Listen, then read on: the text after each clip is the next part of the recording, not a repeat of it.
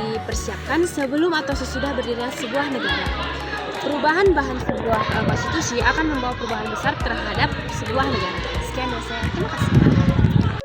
Nah, di sini saya Marcella Joya. Saya akan menjelaskan tentang jenis-jenis konstitusi. Nah, ada dua jenis-jenis konstitusi, yaitu tidak tertulis dan tertulis. Nah, yang tertulis itu adalah Indonesia memiliki Undang-Undang Negara Republik Indonesia tahun 1945 sebagai konstitusi tertulis dan konvensi. Dalam Kamus Besar Bahasa Indonesia, konvensi adalah pemufakatan atau kesepakatan. Tidak tertulis, konstitusi tidak tertulis adalah seperangkat aturan norma dan prinsip dasar yang mengatur suatu negara tetapi tidak terhimpun dalam satu dokumen formal yang tertulis. Contohnya adalah konvensi kenegaraan, adat istiadat, dan musyawarah mufakat.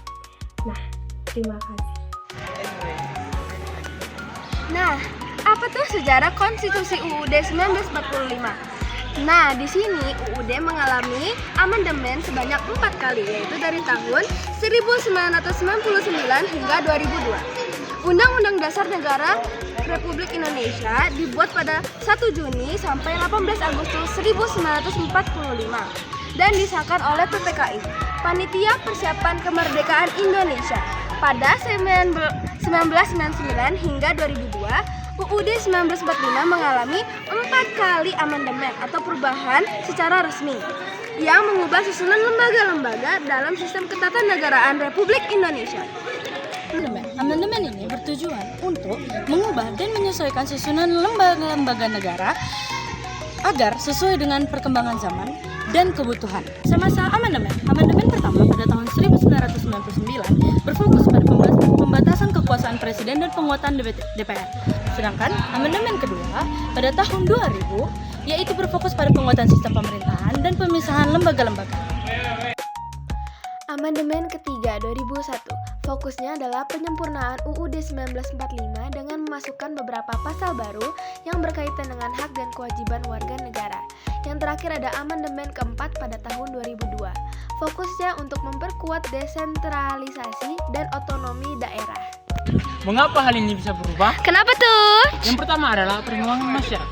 Masyarakat terus berkembang sering dengan perubahan zaman, ilmu pengetahuan dan teknologi. Yang kedua adalah kebutuhan dan kepentingan. Adanya perubahan kebutuhan dan kepentingan masyarakat akan memicu perubahan dalam konstitusi agar sesuai dengan kondisi saat ini. Pemahaman substansi konstitusi. Konstitusi awal mungkin memiliki pasal-pasal yang kurang jelas, tidak lengkap atau tidak sesuai dengan perkembangan politik dan ketatanegaraan. Kondisi ketatanegaraan yang tidak baik. Jika sistem ketatanegaraan tidak berjalan baik dan menimbulkan kekacauan, perubahan konstitusi dapat menjadi solusi.